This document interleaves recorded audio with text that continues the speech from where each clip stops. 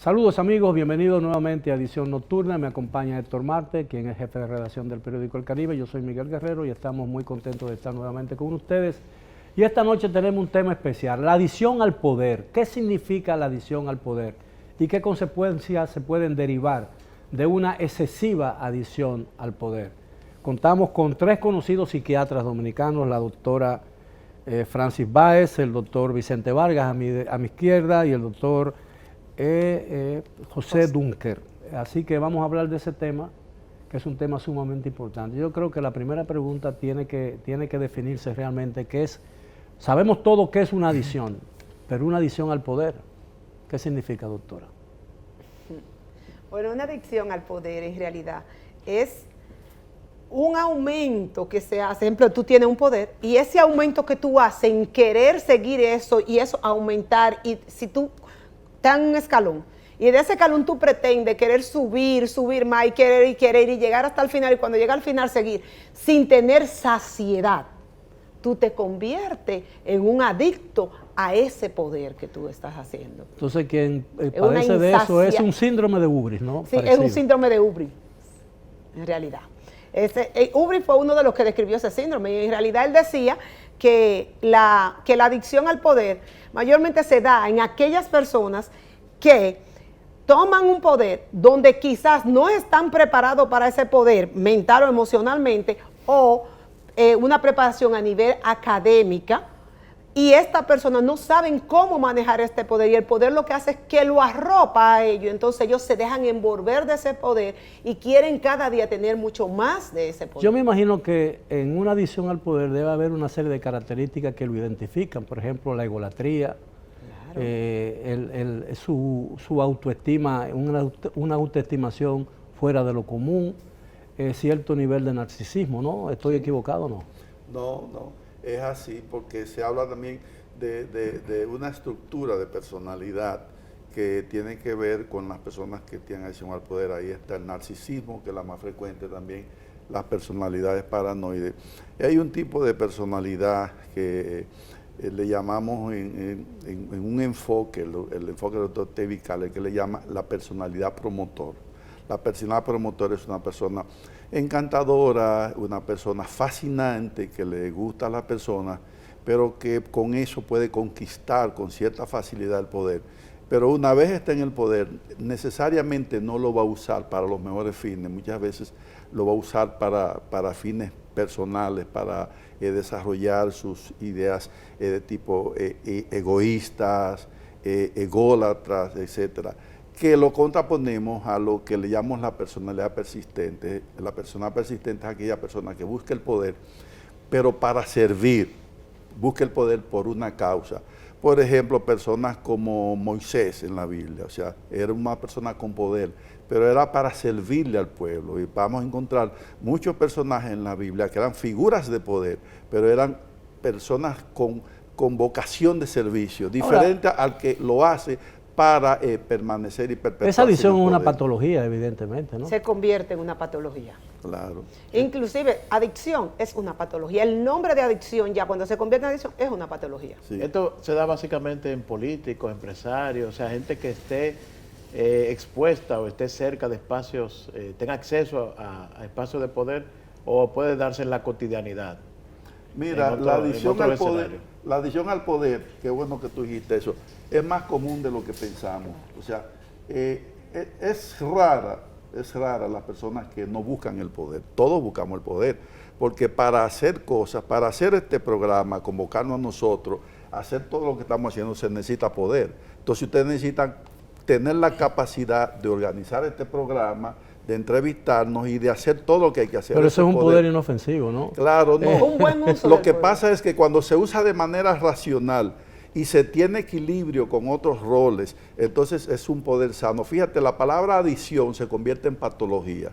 De que hablamos de adición, ya estamos hablando de patología. Entonces la adición es que la persona lo único que quiera es el poder, vive para el poder, abandona sus otros roles de pareja, sus roles sociales, los deportes, porque entrega su vida a esa causa y permanentemente está buscando eso. En la definición que hemos escuchado hoy de sus colegas psiquiatras, ¿Se puede identificar una personalidad en la República Dominicana que padezca de esa patología hoy en día? Sí, pero no vaya tan rápido.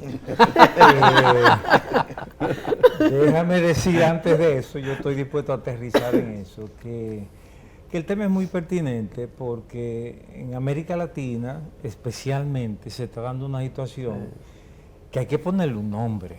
O sea, nosotros por un tiempo vivimos en América Latina una situación de dictadores, ¿verdad?, que necesitaban permanecer en el poder. Y ahora, después que pasó la era de los dictadores, tenemos un problema de presidentes que necesitan reelegirse, de izquierda y de derecha. O sea, algo está pasando en América Latina. Entonces, tu pregunta es muy pertinente de qué es lo que está pasando. Y creo que cuando tú llamas a 3 psiquiatras, tú estás haciendo una buena elección.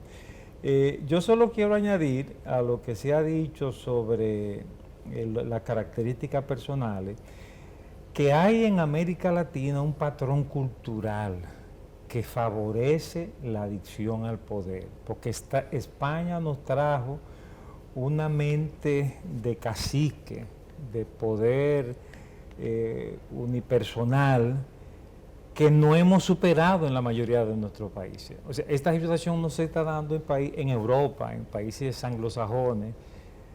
O sea, es un fenómeno que estamos viviendo. Entonces yo pienso que hay que ver ese aspecto cultural, histórico, político, junto a los aspectos de personalidad que también se da en el individuo que cae en esto.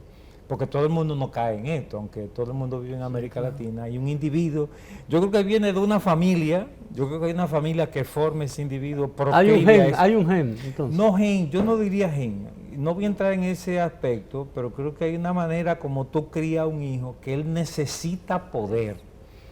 O sea, porque no es que a cualquiera le cae esa adicción, hay gente que ya están preparada para eso. Y el adicto al poder, el síndrome de Ubri, del que estamos hablando, es una persona que se siente por encima de los demás.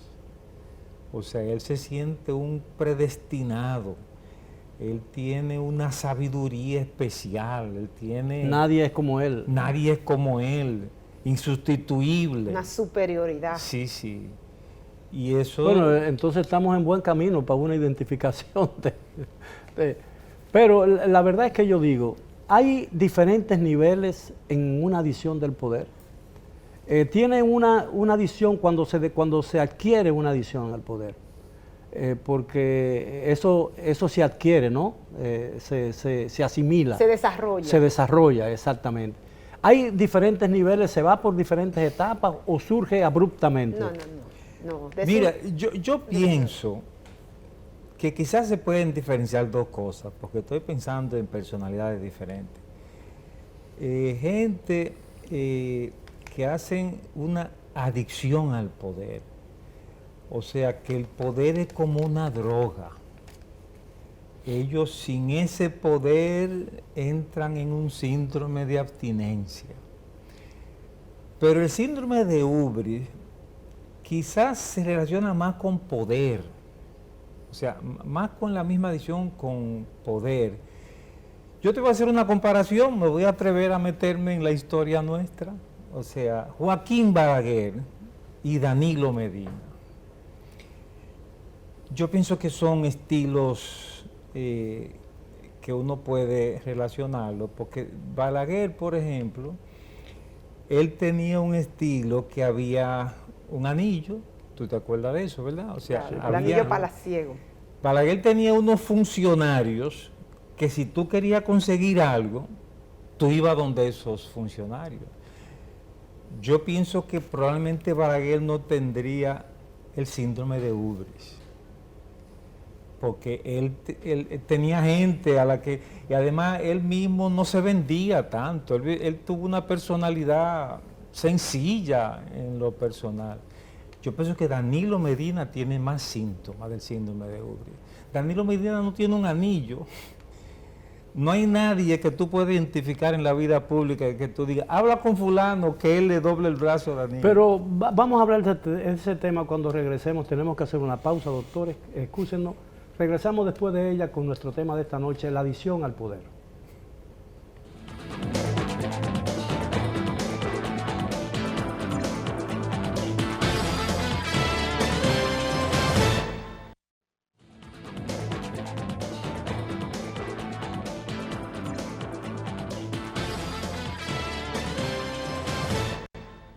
Bien, estamos de vuelta en edición nocturna. En la noche de hoy cuento con la participación muy honrosa de 3 destacados psiquiatras dominicanos y estamos hablando de las características de una adicción excesiva al poder, es decir, lo que hace que muchas personas intenten quedarse en el poder más allá de lo que la razón indica. Y ese es un fenómeno muy común en América Latina. Lo hemos visto en Nicaragua, lo hemos visto en Venezuela, en Cuba, más recientemente en Bolivia, e inclusive en Argentina, ¿no? Porque todavía el peronismo está imponiendo sus reglas y sus normas en la vida argentina. Ahora, ¿cuál es la característica principal? ¿Es posible definir o identificar por sus actuaciones a un adicto al poder? Claro que sí, claro, tú lo vas a identificar porque es que el adicto al poder, lo primero es que es una persona que escala, llegó como puede llegar todo el mundo, pero al momento de llegar se ciega en el poder. Entonces lo que hace es que el poder tiene que girar en torno a él solamente. Y esa persona ocupa una posición, pero necesita permanecer en esa posición, no por el tiempo que se diga, sino por el tiempo que él siente que debe de quedarse. Es una persona que no puede estar si no es pegada del poder. Entonces, esta cosa tú la vas identificando y la conducta que va teniendo esa persona para permanecer en el poder. Y yo pienso que incluso una adicción al poder muestra que la persona que la padece no se concibe fuera del poder. No se concibe, no se ve. No se ve, el adicto no se ve fuera de la sustancia, pero el que está adicto al poder no se ve fuera del poder, porque la persona que es adicta al poder siente que si no tiene el poder, no tiene vigencia, no es importante, no llama la atención, no ocupa lugares, pasa al anonimato. Es como si no tuviera vigencia, claramente. Y cuando esa persona entonces pierde el poder por algún motivo, ¿cuál Puede- es la consecuencia? Porque ustedes hablaban de síndrome de abstinencia. Sí. Entonces, ¿cuál es la consecuencia hacia Mira, esa es persona? que antes de perder el poder hay cosas que pasan. Para no perder el poder, que ahí es que es lo duro, esas personas son capaces de perder todo lo que tiene que ver con su moral y con sus valores.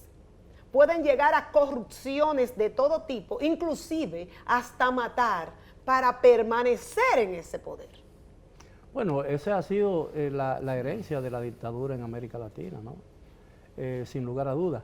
Ahora, a mí me parece que uno de los rasgos característicos del adicto al poder, más que ningún otro, y el que a mí me parece más perjudicial a la postre, es el narcisismo.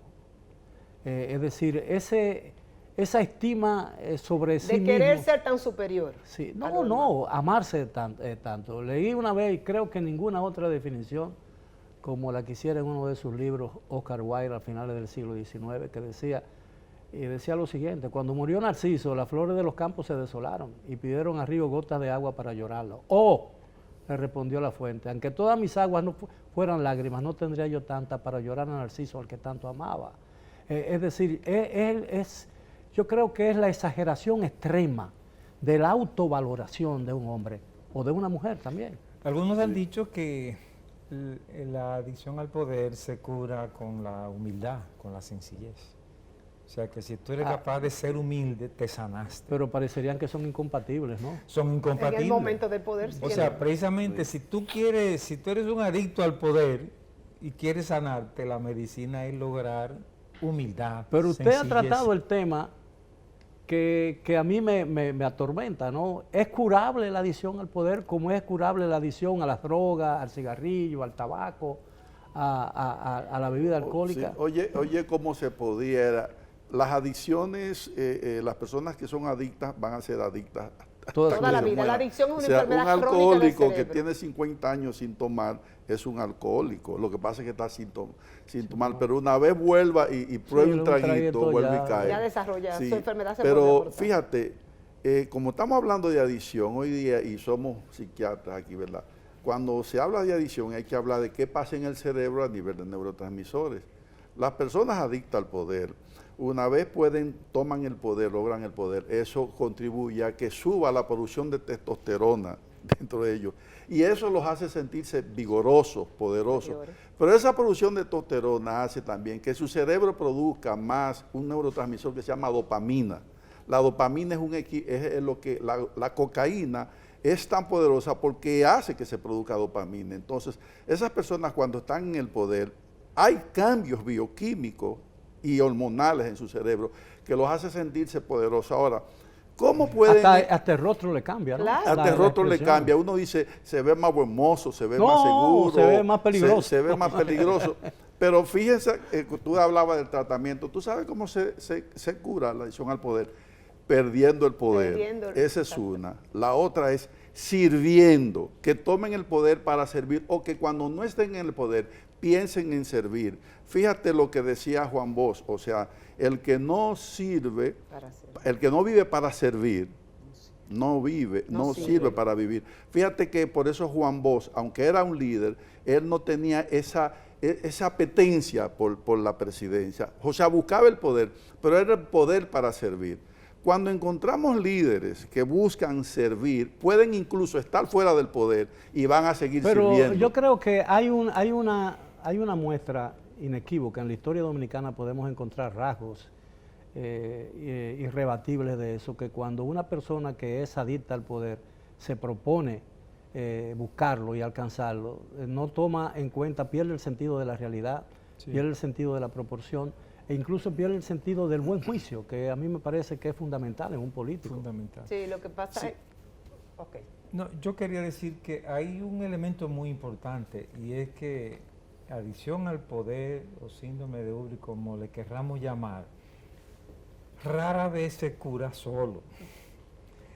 O sea, es un mal que reacciona ante la respuesta del medio. Una posibilidad es que cae del poder, entonces ya ahí...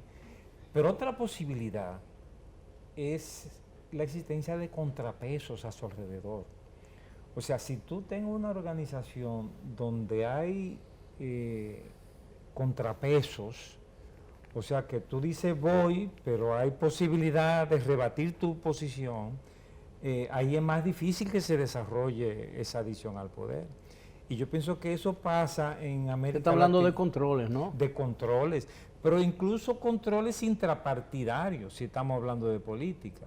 O sea, porque si este presidente desarrolla esa adicción al poder, es que alrededor de él hay unos corifeos que le viven alimentando el ego. O sea, que lo hacen creer que él es el papaupa de la matica, que sin ti este país se hunde. Papa Upa de la Matica, hacía mucho que no escuchaba esa frase. Tenemos que hacer una nueva pausa, regresamos después de ella. Continúen con nosotros en Edición Nocturna.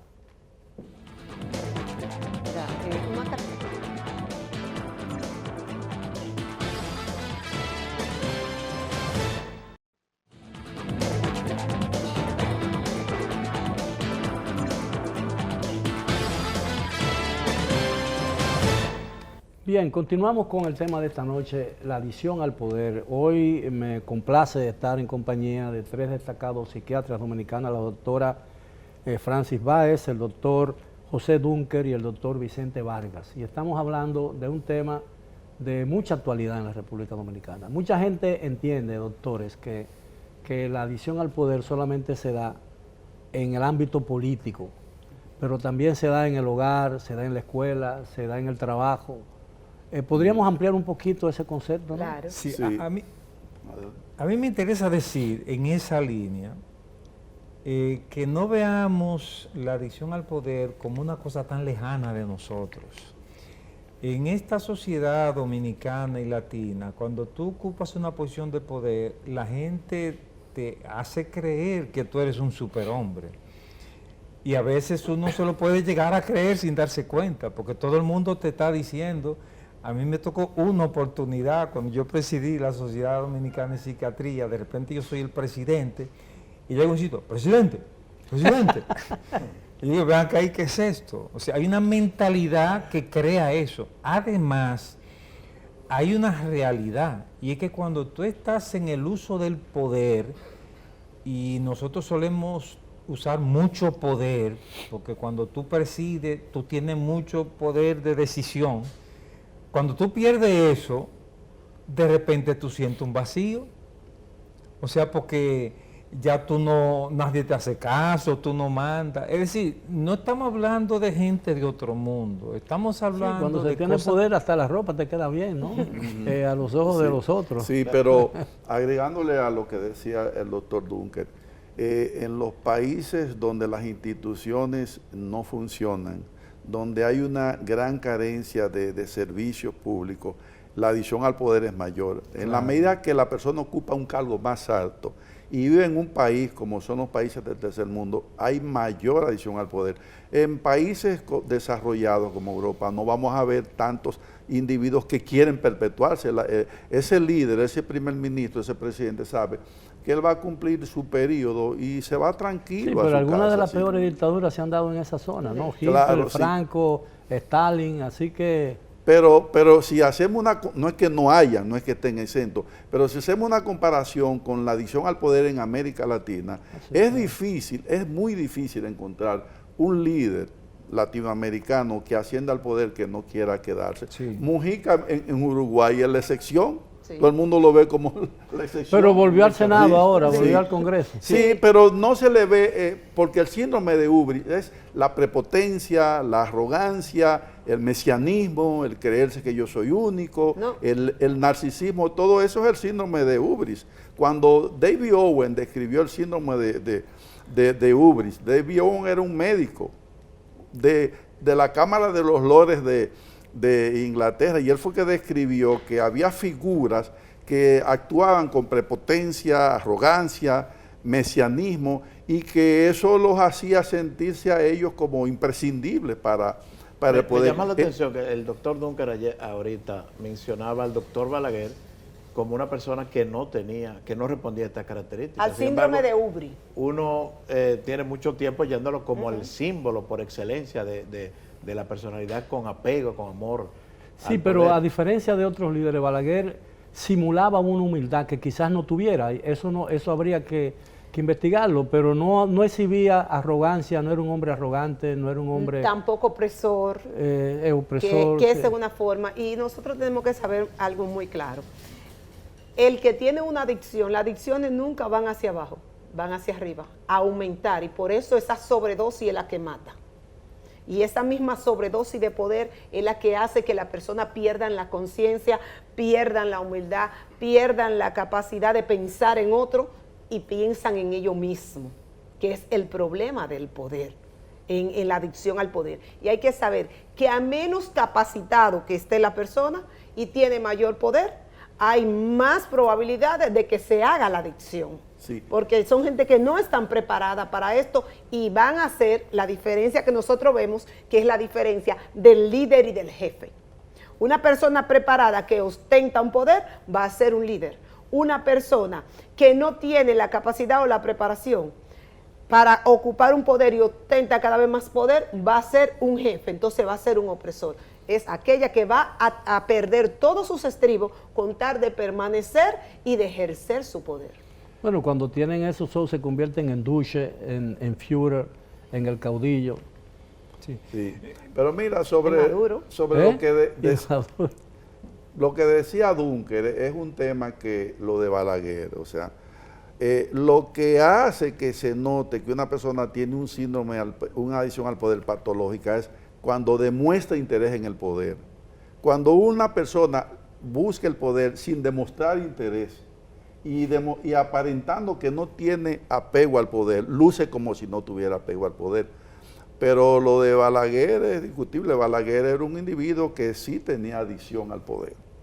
Tiene todos los elementos de un adicto al poder. Bueno, fue 8 veces presidente. Claro, la gente solamente le calcula 6, pero pero fue presidente gomígrafo, como él mismo se definió, con Trujillo, de agosto del 60 hasta que lo nombraron, y luego también en los 16 días del Consejo de Estado. Pero demostraba una elegancia de que a él no le interesaba el poder. Pero ¿quién osaba desafiar a Balaguer para quitarlo del poder? Entonces, esa es una adicción al poder. Lo que pasa es que él lo sabía hacer de una forma elegante, que luce como si no le interesara el poder. Que no se viera arrogante. Sí. Yo siento la necesidad de diferenciar la adicción al poder, que es un tipo de personalidad narcisista y todo esto, del síndrome de Ubris, que está caracterizado por la soberbia. Sí. Y es casi un trastorno de la personalidad y el individuo llega a perder un poco de sentido de la realidad. O sea, pienso que quizás habría que diferenciarlo, pero me interesa añadir también algo muy importante, sea con adicción o síndrome al poder, que el punto donde el estilo de gobierno se convierte en patológico es en dos sentidos. Primero, cuando tú violas la ley para mantenerte en el poder. Sí, altera todo. O sea, cuando tú contravienes el orden establecido o cuando tú caes en la corrupción, el robo, el crimen. La adición al poder conlleva una prolongación del ejercicio de ese poder. Y el ejercicio prolongado del poder se lleva toda la institucionalidad. Doctores, si ustedes me lo permiten, me obligan a hacer una nueva pausa. Regresamos ya con la parte final del tema de esta noche, la adición al poder. Porque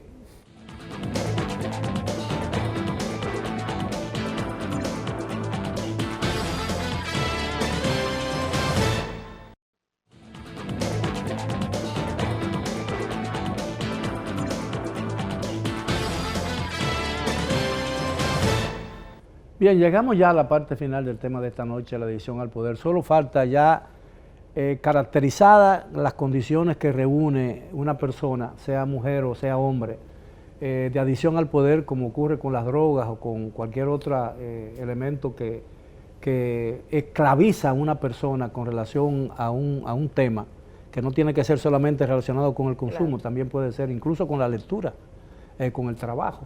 ¿Cuáles son las personalidades de la vida política dominicana que podrían ser calificados como adictos al poder? Bueno, a mí me interesa decir que... Desde el inicio de la historia dominicana. Sí, pero me interesa decir esto como psiquiatra que somos, que para tú hablar de adicción, tú tienes que hablar de un daño, hace daño. Entonces, para tú llamar una conducta como adictiva, yo quiero decir que el daño en adicción o en síndrome de Ubris es que se violan las reglas establecidas.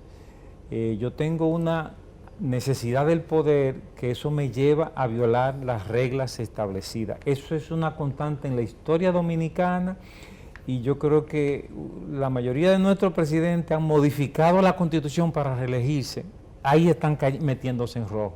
Así es. O sea, de que tú violas las reglas, cuando Evo hizo el plebiscito que le dijeron que no podía reelegirse, ahí Evo se metió en rojo.